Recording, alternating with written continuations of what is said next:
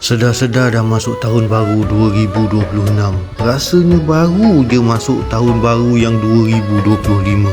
Antara kekuatan yang Tuhan bagi dekat kami ialah sepanjang tahun tu harga turun naik telur santan yang menggila. Rupa-rupanya kami berjaya serap kos kenaikan. Tapi itulah, kami pun manusia tertakluk pada hukum-hukum alam yang Tuhan tentukan dalam dunia ni. Kami akur pada tahun 2026 ini pasti akan ada cabarannya. Sekarang ini stall kami, gerai kami sudah pun berwajah baru, image logo kami sudah pun berwajah baru, kami punya struktur dapur ada penambahbaikan. Sungguh pun begitu, kami punya resepi, SOP kerja kami masih sama sejak 10 tahun yang lalu. Terima kasih korang yang support kami. Syukur kepada Allah. Aku Paho Bangi.